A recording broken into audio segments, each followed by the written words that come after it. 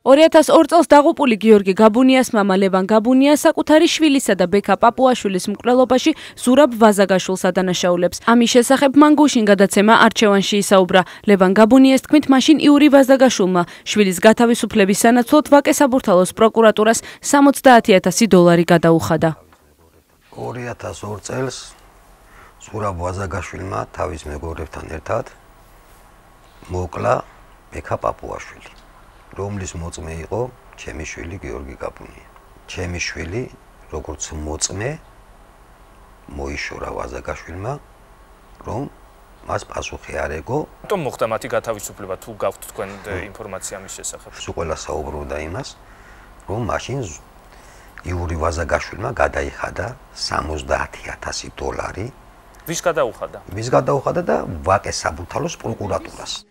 ლევან გაბუნიამ ასევე აღნიშნა, რომ წლების წინ ზურაბ ვაზაგაშვილის გათავისუფლებაში დიდი როლი ითამაშა შეწყალების კომისიის მაშინდელი თავმჯდომარის ელენე თევდორაძის დახასიათებამ და შუამდგომლობამ. ტაბულა დაუკავშირდა ელენე თევდორაძეს, რომელიც მკვლელობაში ბრალდებულისთვის რეკომენდაციის მიცემას გამორიცხავს. მისივე თქმით, იური ვაზაგაშვილს პირველად კორტების საქმის შემდეგ შეხვდა. რაც შეეხება პაპუაშვილისა და გაბუნიას საქმეს, თევდორაძე ამბობს, რომ ეს საქმეები არ ახსოვს.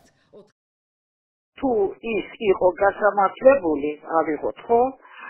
მე როგორც შეწყალების კომისიის წევრი და თავმჯდომარე ჩემს რეკომენდაციას ვის უნდა მიმართა?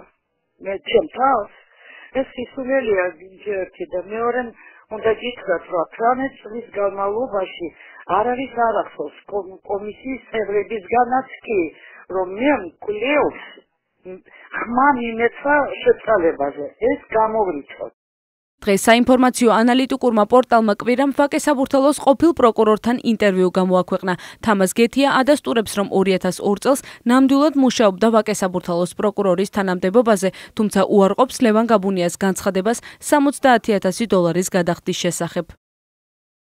რა სისულელეს მეუბნებით, როგორ მკადრებთ ასეთ რაღაცას, რა ფულის აღებაზე მელაპარაკებით, რა მახსოვს წლების წინ მომხდარის საქმე, მიმართეთ პროკურატურის პრესცენტრს და ინფორმაციას მოგაწვდიან. ამას წინათ ლევან გაბუნიამ ჯერ თქვა, პოლიციამ დაფარა ეს დანაშაულიო და მაგან ჯერ კარგად გაარკვიოს რაღაცეები. ალბათ გამოითხოვენ მაგ საქმეს და შეისწავლიან. ვაზაგაშვილების ოჯახის ადვოკატი გაგი მოზიაშვილი იმ მასალების გადაცემას ითხოვს, საიდანაც ირკვევა, რომ ვაზაგაშვილს გაბუნიას საქმეზე ბრალი ჰქონდა წარდგენილი. მისი თქმით, ეს ცნობა ახალი არ არის, თუმცა საქმეში დევს ინფორმაცია, რომ ზურაბ ვაზაგაშვილი ნასამართლევი არ არის. მე როგორც იურისტი ვითხოვ, რომ მომეცით მასალები, სადაც იქნება თუნდაც ბრალი წაყენებული, თუნდაც დაკითხული ამ ფაქტთან დაკავშირებით, რომ რაღაც შემხებლობა გქონდეთ ამ მასალებთან, ამ საქმესთან, ზურაბ ვაზაგაშვილს ან იური ვაზაგაშვილს. ეს ისეთივე, ასე ვთქვათ, სიმართლეა, როგორც ის, რომ თურმე იური ვაზაგაშვილი ფსიქოტროპული თუ ნარკოტიკული ნივთიერებებით ვაჭრობდა ჯაზოს. მავანი და მავანი იყენებენ ამ პიროვნებას ვაზაგაშვილების ოჯახის დისკრიმინაციისათვის. გიორგი გაბუნიას საქმეს არ იცნობს სახალხო დამცველი. უჩა ნანუაშვილის თქმით, მან ამის შესახებ პირველად გაიგო. მე პირველად გავიგე ამის შესახებ, არანაირი ინფორმაცია ამ საქმესთან დაკავშირებით არ გააჩნია. გაბუნიას საქმეზე კომენტარები გააკეთეს ხელისუფლების წარმომადგენლებაც. ეკა ბესელიანს აინტერესებს, რატომ არ იყო ეს საქმე გამოძიებული აქამდე.